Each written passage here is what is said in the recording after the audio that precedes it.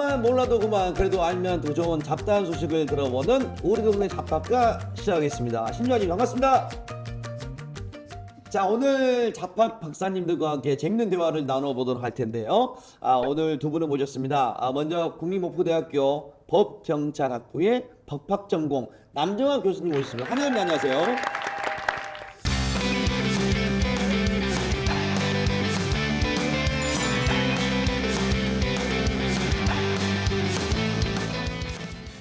자, 그리고 국립목포대학교 법경찰학부의 경찰안전법전공 조은별 교수님 모셨습니다. 환영합니다.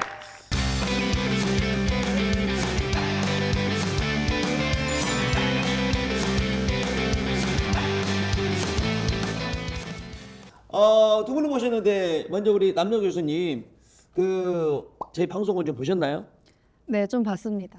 이제 좀 어떻게 보셨는지 궁금해. 굉장히 이렇게 긴장을 많이 하고 네네. 이제 제가 어떤 걸 준비하면 좋을까라고 했는데 네. 되게 이 편안한 분위기 속에서 이제 네. 학생들하고 다양한 얘기를 이제 얘기할 수 있게 해주셔서 되게 좀 잘 관람을 하고 왔습니다. 우리 남정 교수님이 실은 이제 제가 리허설 할 때는 너무 밝고 말도 엄청 많이 하시고 그랬는데 막상 쭉 들어가니까 굉장히 점잖으시네요. 네, 컨셉입니다. 자, 우리 조은별 교수님, 네. 오늘 여기 나오면서 나름대로 이제 공부도 하고 좀 그러셨는지 궁금합니다. 열심히 벼락치기 하고 왔습니다. 예, 아니 준비하면서 부담 같은 건 없었는지. 부담을 원래 가지고 있다가 네네. 오기 전에 방송 영상을 보니까 네. MC님께서 너무 잘 진행을 해주셔서 예. 굳건히 믿고 마음 편하게 왔습니다. 그러면 지금 학교에서 저희 이미지가 그렇게 나쁘진 않네요. 그럼 너무 좋으세요. 참 다행이라고 생각합니다. 자, 오늘 두 분을 모셨는데 먼저 이 법학 전공을 한번 소개를 해줘야 될 것 같아요. 학과 소개 좀 부탁드리겠습니다. 네, 저희 과는 법경찰학부에서 저는 법학 전공을 담당하고 있는데 네. 사고 걸렸어요. 네, 법을 소재로 하는 그런 고유한 방법론을 가진 학문입니다. 그래서 법은 이제 시대에 따라서 가변적이거든요. 그래서 네. 그 시대가 추구하는 법에 대해서 전반적으로 배우고 이제 법은 공법과 사법으로 나뉘는데요. 다양한 기본법들을 배우면서 이제 다양한 지역에서 진로를 탐색할 수 있는 그런 전공이라고 할 수 있습니다. 그 학과의 분위기가 어때요? 그래서 이제 음악학과나 이런 데는 되게 원래 밝고 음악 하시는 분들이니까 다른데 법학 전공하기는 왠지 모르게 좀 나갈 거고 좀 그런 느낌이 있는데. 저도 그런 생각을 가지고 공부를 했고 이제 여기 학교에 오면서도 학생들의 분위기가 어떨까 했었는데 네. 의외로 저희 과가 예. 저희 사회대에서 체육대를 하면 몇 년째 사회대에서 체육대 1등을 하고요. 굉장히 학생들이 활발하고 예. 공부할 때는 굉장히 열심히 공부하고 뭐 굉장히 밝고 생각보다 이제 딱딱하거나 공부만 하는 분위기는 아닙니다. 놀 땐 확실히 잘 놀고요. 그러면 교수님하고 제자분들하고 사대가 잘 맞는 것 같습니까? 저는 그렇다고 생각하고 있는데요. 제 제자분들의 생각을 좀 들어봐야 되니까. 네. 근데 이제 나름대로 이제 되게 밝고 좀 이러셔가지고 잘 맞을 것 같고 교수님, 우리 경찰 안전 법전공이에요. 학과 소개 좀 부탁 좀 드려볼까요? 네, 저희는 공공질서 안전 유지에 관한 걸 연구하는 학문이고요. 네네. 아무래도 그와 같은 업무를 하는 최일선에 있는 게 경찰이라는 직종이다 보니까 주로 경찰학과 관련된 과목을 집중적으로 배우고 있습니다. 네네. 뭐 범죄 수사론이나 아니면 범죄 예방론 또는 형법 과목 같은 거. 네네. 그리고 더불어서 요새는 워낙에 사이버 기술이나 정보부가 중요한 시대다 보니까 네네. 그와 관련된 최신의 트렌드 학문도 같이 배우고 있습니다. 자, 오늘 두 분의 정말 이 아름다운 교수님들을 모시고 제가 이제 대화를 좀 나눠볼까 하는데, 실은 제게는 좀 신경이 다쳤습니다 오늘. 왜냐면 주제가 약간 좀 무게가 좀 있는 그런 내용이에요. 오늘의 주제는요, 사회적인 좀 이슈가 되고 있는 이 낙태 관련된 그런 문제인데, 먼저 우리 교수님, 이 낙태라는 게 실은 이 단어를 좀 사용을 해도 되는 그런 문제는? 이 낙태라고 하는 단어가 형법 제269조에 규정이 되어 있어서 네. 이제 사용을 하는 거는 문제가 없습니다만 네. 이 낙태라는 표현 자체가 좀 부정적인 의미를 가지고 있습니다. 이제 낙엽할 때 떨어지는 그죠? 떨어지는 느낌. 이런 표현을 쓰고 있기 때문에 요즘에는 뭐 임신 중절 혹은 권리에서는 임신 중단권 이런 표현을 더 많이 사용을 하고 있습니다. 예, 그러니까 이제 낙태라는 표현이라도 이제 임신 중절. 그러니까 오늘 저희가 이제 방송하면서 임신 중절이라는 표현을 하면 되겠네요. 근데 중간에 계속 막 스카라는 게 좀 있어가지고 나올 수도 좀 있을 것 같은데 그 부분 시청자분께서 노래 좀 이해 좀 해주시고 바라봐 주시면 대단히 감사를 드리겠습니다. 최근에 충격적인 사건이 있었는데 그 한 유튜버가 우리 9개월 된 우리 자신의 아이를 이제 임신 중절을 하면서 이걸 영상에 올려가지고 상당히 좀 문제가 된 경우가 좀 있었는데 꼭 혹시 보셨어요? 저도 언론으로만 좀 접했습니다. 네, 저는 보지 못하고. 상당한 충격이었는데 좀 어떻게 받아들이셨어요? 제가 이제 헌법을 가르치고 있는 입장에서는 네. 굉장히 좀 무겁게 봤고요. 이게 이제 생명과 여성의 자기결정권을 다 다루고 있는 부분인데 아직 사회적 합의나 이제 기준이 헌법재판소에서 난 결정이 난 이후에 제대로 된 기준이 없어서 네네. 하루빨리 좀 제대로 된 기준이 이제 법적으로 이제 입법이 됐으면 좋겠다는 마음으로 봤습니다. 네. 우리 조은배 교수님 이게 이제 우리나라에서 이 임실 중절이 범죄 행위에 들어가는 건가요? 과거에는 범죄 행위였습니다만 네네. 지금은 해당 행위를 처벌할 수 있는 형법 규정이 효력을 잃으면서 예. 범죄 행위라고 말하기는 조금 어렵게 됐습니다. 우리 교수님도 똑같은. 예, 이제 형법에서 규정하고 있는 것은 효력을 잃게 되어서 이제 법 조문이 이제 효력을 상실해서 없다라고 보시면 되고 모자보건법에서는 여전히 근거 조항이 남아 있긴 합니다. 거기에는 이제 임신 중절을 할 수 있는 되게 예외적인 합법적인 사유가 들어 있는데요. 이제 거기도 다 개정이 필요한 상황입니다. 그리고 이제 사회적인 이제 합의가 쉽게 이루어지지 않는다는 그런 얘기인데 그러면 이제 헌법 불합치 판정이란 그런 판정이 난 이유가 좀 있나요? 헌법 불합치는 이제 위헌의 일종이라고 보시면 되는데요. 이제 단순하게 위헌을 내려버리면 그날로부터 그 즉시 법의 효력을 상실하게 됩니다. 그러다 보니까 한꺼번에 법이 갑자기 사라져버리면 굉장히 혼란스럽고 이제 법적 공백이 생기다 보니까 어느 일부분 법률에 이제 헌법에 위반되는 여부가 있으니까 이 부분은 좀 개선해라 이렇게 해서 일정 기간 동안만 효력을 주는 게 이제 헌법 불합치 결정이고요. 네네. 이제 그러한 혼란스러움을 막기 위해서 이제 이런 헌법 불합치 결정을 내리기도 합니다. 그래서 이제 지금 그때 이 개정이 좀 됐는지도 궁금해요. 지금 2019년 4월 달에 헌법재판소에서 이제 헌법 불합치 결정이 나오고 난 다음에 2020년 12월 31일까지 관련된 입법을 개선하라는 요구가 있었는데요. 네네. 지금 5년이 지난 현재까지도 이제 개선 입법이 이루어지고 있지는 않은 상황입니다. 네, 우리 조은배 교수님 이런 어쨌든 법 전공을 하셨으니까 이런 것들이 왜 합의가 좀 많이 어려워지는 상황이라고 판단을 하세요? 사실 헌법재판소에서 이걸 헌법 불합치한 주요 이유 중에 하나가 네네. 임신 주차에 따라서 낙태의 불법성을 다르게 판단할 필요가 있다라고 생각했기 때문이거든요. 네네네. 근데 사람마다 과연 몇 주차의 낙태가 적절하다는 표현 자체가 맞지는 않습니다만 네네. 몇 주차까지는 인부의 자기 결정권이 우선돼야 되고 몇 주차부터는 태아의 생명권이 우선돼야 하고 이거를 사실 일률적으로 결정하기가 너무 어려운 문제지 않습니까? 네네네. 그러다 보니 아직까지도 충분한 사회적 합의가 이루어지지 않고 네네. 입법 공백이 이어지는 것 같습니다.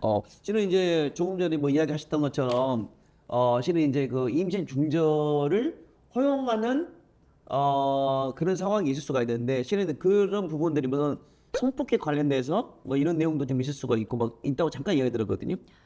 예, 이제 이 근본적으로 이 헌법 불합치 결정이 나게 된 이유가 이제 조은배 교수님께서 말씀을 해주셨는데 이제 태아의 생명권하고 여성의 자기결정권하고 부딪히는 부분이 있었는데 네네. 이제 태아의 생명권은 당연히 너무 소중하지만 이제 여성에게 전혀 이제 권리를 아주 임시 극초기조차도 전혀 이 여성에게 자기결정권 부분이 인정되지 않기 때문에 그 부분에서 헌법에 위반된다 이런 결정이 나온 거거든요. 네네네. 네, 제가 좀 전에 말씀을 드렸듯이 모자보건법에 아주 예외적으로 이제 합법적으로 임신 중절이 가능한 사유들이 나와 있습니다.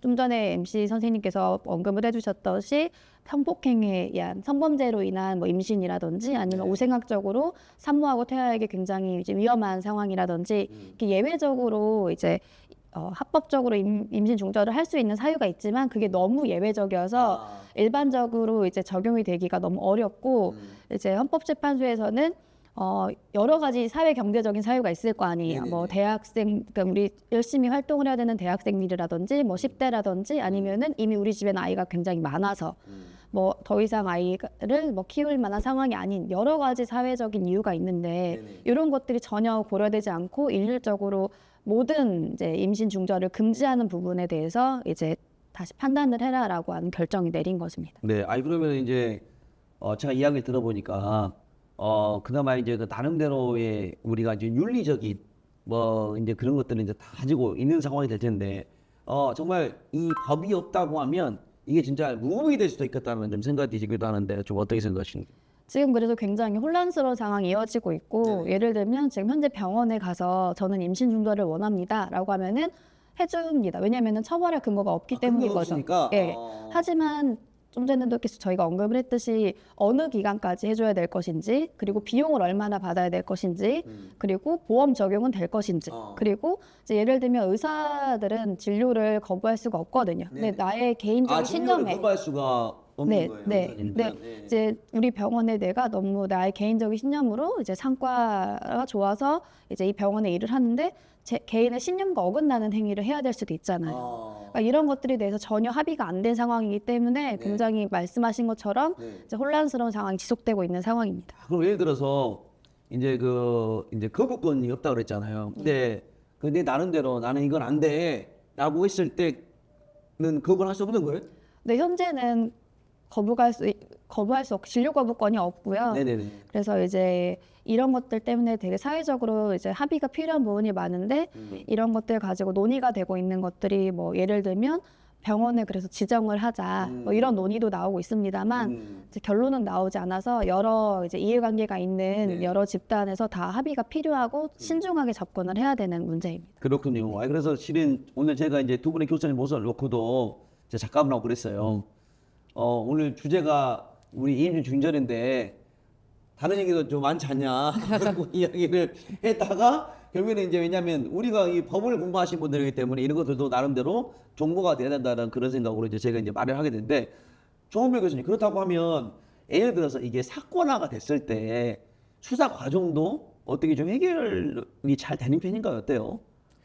지금 사실 만약에 사건이 접수됐다, 네네. 누군가가 임신 중절을 했다라고 들어온다면 네네. 사실 여러 차례 반복해서 말씀드리지만 낙태죄는 더 이상 처벌할 수 있는 규정이 없기 때문에 안 되는 거고. 낙태죄 가지고는 수사를 할 수가 없습니다. 네네. 그렇다면 수사기관에서 이 수사를 진행할 수 있는 방법은 만약에 살인 혐의가 확인이 된다면 해당 살인과 관련한 사건 수사를 할 수 있거든요.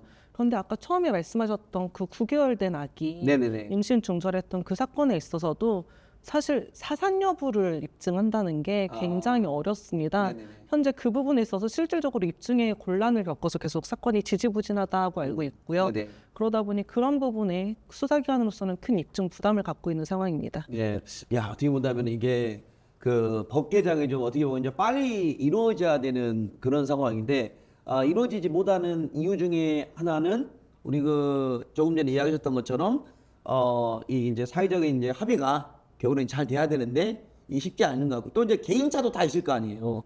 그러니까 예를 들어서 이제 나이가 너무 어려서 문제가 될 수도 있고 여러 가지 이유가 좀 있을 것 같은데 자 그렇다고 하면 결국에는 이제 중요한 것은 예방이지 않을까라는 생각이 드는데 조은별 교수님 좀 어떻게 생각하세요?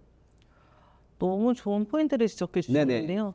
사실 지금 그 낙태죄 계속 입법이 미뤄지고 있는 거에 대해서 빨리 처벌 법규를 만들어야 된다라고 하는 얘기도 나오지만 네. 그에 대해서는 지금 처벌 법규뿐만이 아니라 말씀하신 궁극적인 해결책이 될 수 있는 예방 정책이나 또는 왜 임신 중후반까지 임신 중절이 이루어지는지 그 네. 원인을 파악해서 그에 대한 궁극적 해결해야 된다라고 하는 네.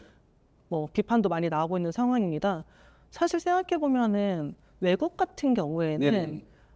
원격으로 진단을 받고 임신 중절을 원하는 여성이 알약을 처방받아서 알약으로 낙태를 하는 알약 낙태, 약물 낙태도 가능하거든요. 이런 게 있어요? 그러다 보니 초기에 집에서 간이하게 낙태를 하는 방법을 결정을 하고 그 외에 본인이 낙태를 지속할지 아니면 여기에서 임신을 중단할지 거기에 따른 의사결정에 도움을 줄 수 있는 많은 정보를 정확히 제공하고 네네. 낙태를 원한다면 낙태 클리닉을 갈 수 있도록 금전적으로 지원을 해주는 그와 같은 복지 정책이 돼 있는 걸로 알고 있습니다. 네네. 그런데 우리나라는 사실 아직까지 낙태, 임신 중절이라고 하는 단어 자체가 약간은 터부시돼 있고 그렇죠. 사회적으로 잘 다뤄지지 않는 문제거든요. 그러다 보니 임신을 한 여성으로서는 지금 본인이 낙태를 하는 게 맞을지 아니면 임신을 지속하는 게 맞을지 한다면 어떤 방법을 해야 될지 어디를 찾아가야 될지조차 모릅니다. 네네. 그러다 보니 임신 초기를 놓치고 중후반까지 가서야 비로소 임신 중절이라는 방법을 극단적으로 선택하게 되는 그런 사례가 많이 네네네. 발생하거든요. 그러다 보니 가급적 임신 초기에 여성들한테 명확한 정보를 제공해주고 또는 임신 중절을 원한다면 그에 대한 지원을 해줬으면 좋겠고요. 네. 가장 궁극적인 해결책은 피임에 대해서 야. 청소년이나 또는 많은 사회 시민들이 좀 알고 미리 원치 않는 임신을 하지 않도록 주의하는 게 가장 좋은 방법일 것 같습니다. 잠깐 들었는데 이게 저도 처음 알았거든요. 저는 실은 성교육 받은 그 시기가 아니에요. 왜냐하면 이제 그 사회적인 그런 상황에서 몰래 배우는 그런 상황이었지. 아 근데 이제 이게 학교마다 성교육하는 게 다 다르다고 들었어요. 저는 오늘 그 얘기 처음 들었거든요.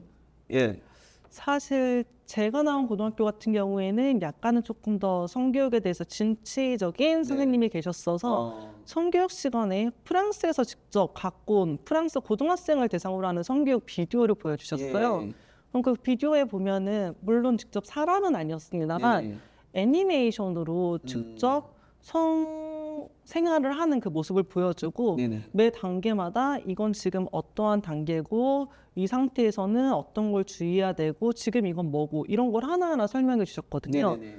특히 제일 기억에 남는 건 저희 고등학교 때는 직접 콘돔을 학생들한테 나눠줘서 그걸 시연의 실습까지 해주셨거든요. 예. 사실 콘돔이라고 말하는 것 자체가 우리나라에서는 약간 상당히 부끄럽고 예. 대회가 예. 그쵸. 예. 그렇게 받아들이지만 해외에서는 사실 연인 관계라면 편하게 콘돔에 대해서 이야기하고 같이 살아가거나 각자 취향에 맞는 콘돔까지 논의할 정도로 많이 그 부분에 대한 게 발전해 있다고 알고 있습니다. 그렇군요. 사실 우리나라에서도 이제는 조금은 성교육에 대해서 좀 개방된 개방적이어야 태도로 된다. 나아가는 게 필요하지 않을까 그렇군요. 생각합니다. 이마대로 그 남정아 교수님의 의견은 좀 어떠신지 궁금합니다. 네, 저도 조은별 교수님하고 같은 입장인데요. 사실 우리나라에서 그 임신 중절에 대한 논의가 나온 것 자체가 좀 전에 언급을 해주셨듯이 먹는 낙태약이라고 하는 이제 것에 대해서 합법화를 해달라라고 해서 촉발이 된 것입니다. 그래서 그 약이 이제 미프진이라는 약이 있는데요. 프랑스에서 제조를 하고 전 세계 61개국 정도에 이제 수출을 하는 약인데 그 약에 대해서 우리나라가 이제 뭐 온라인으로 불법 유통을 하고 그걸 가지고 부작용이 굉장히 크고 이러다 보니까 이제 그게 진짜 약인지도 모르고 그리고 약 먹었을 때 부작용에 대한 굉장히 큰 뭐 교육이라든지 의사하고의 상담이 필요한 건데 그런 것도 없이 오다 보니까 이렇게 큰 문제가 된 거거든요. 네네. 그렇기 때문에 이제 정확한 피임 방법도 너무 중요하고 그리고 임신 초기에 만약에 이제 임신 중절을 허용해야 된다면 거기에 대한 정확한 가이드라인을 가지고 여성에게 이제 그런 기회나 상황이 주어졌을 때 좀 잘 대처할 수 있는 방법들이 좀 고안이 돼야 될 것 같습니다. 네, 그렇군요. 어떻게 보면 이게 낙태약 그리고 낙태 합법 이 악용될 수도 좀 있을 것 같은데 좀 이에 대해서는 좀 의견은 좀 어떠신지? 생명 존중 사상이 너무 중요하지만 이로 인해서 생명 경시 풍조가 이제 확산이 되면은 당연히 너무 사회적인 큰 문제가 될 것 같고요. 여기에 대해서는 이제 뭐 청소년 그 초등학교부터 철저한 이제 바른 교육이 이제 뒷받침돼야 될 것이고 확실하게 이제 좀 전에도 말씀을 드렸듯이 이제 정확한 방법들이 좀 가이드라인이 잘 제시가 좀 됐으면. 자, 조금 전에 이제 뭐 우리 교수님 이야기하셨는데 이 뭐랄까요? 이런 낙태약도 있고 뭐 여러 가지 이제 방법들이 외국 사례들이 있다 좀 이야기하셨는데 예를 들자면 이에 관련돼서 이제 악용이 될 수 있는 상황도 좀 많이 좀 있을 것 같기도 하고 또 이제 예전에도 그런 이 법을 또 이용한다 이제 악용된 사례가 좀 있을 것 같은데 그런 사례가 좀 있나요? 예, 뭐 과거 같은 경우에는 만약에 연인 관계가 이제 끝난 상태에서 원치 않는 임신을 했을 때 이제 그 당시엔 처벌 규정이 있었기 때문에 그때는 원치 않는 임신을 해서 병원에서 이제 임신 중절 시술을 받게 되면 그걸 가지고 헤어진 남자친구가 이제 보복 심리로 신고를 하거나 이래서 의사 뭐 관련자들과 여성이 처벌을 받았던 케이스가 있습니다. 네네네. 왜냐하면 그 당시 법에 의해서 여성만 처벌을 받게 되어 있었거든요. 여성과 시술을 도와주는 관계자들만요. 그렇기 때문에 그런 과거의 악용 사례가 있었는데 현재는 이 법의 효력이 없기 때문에 그러한 악용 사례는 발생하지 않겠습니다만 새롭게 이제 임신 중절의 방법이 다양하게 도입이 되면 예를 들면 좀 전에 말씀을 하셨듯이 먹는 낙태약 같은 경우는 뭐 제대로 된 그 복용 방법을 인지하지 못하고 오남용의 사례가 발생할 수 있어서 여기에 대한 또 이제 뭐 이제 좀 안 좋은 그러한 네. 부작용이나 다른 악용 사례가 발생할 수 있을 것 같습니다. 그러면 이제 말 그대로 이게 그 이제 법이 이제 만들어졌을 때 보면은 정말 그 수많은 뭐 이 생각거리들이 되게 많을 것 같아요. 이 부분 같은 경우는 아까 전에 실은 이제 교육이 먼저다. 교육이 먼저 되면 이제 이런 부분들이 이제 최소화할 수 있는 상황이 될 텐데, 근데 또 이제 잠깐 이야기 들어보니까 또 이제 그 우리나라에는 종교 학교라는 게 있잖아요. 뭐 이제 기독교 학교, 불교 학교 다 있는데 이런 데서도 이제 그게 좀 어려운 부분도 있을 거 아니에요. 그렇죠. 아무래도 예. 종교에 따라서는 낙태 자체를 죄악으로 규정짓는 종교도 있고 네네. 그런 종교 학교에서는 피임에 대해서도 약간 터부시하는 게 많다 보니까 네네. 그런 학교에서는 학생들에 대한 정확한 피임 또는 임신 중절에 대한 교육이 이루어지기 어려울 것 같습니다. 네. 이제 아무래도 이제 이런 부분 여러 가지 정말 이유들 때문에 우리가 학자들의 고민들이 더욱더 이제 깊어지지 않을까라는 좀 생각이 있습니다. 자, 어쨌든 간에 어렵겠지만 우리 빠른 입법을 통해서 사회적인 합의가 이루어져서 이 근본적인 그런 부분들이 잘 해결이 될 거라 생각이 듭니다. 자, 이번에는 우리 학생들이 우리 교수님들에게 궁금한 내용을 전달하는 이 교수 톡톡 시간으로 이어드리도록 하겠습니다.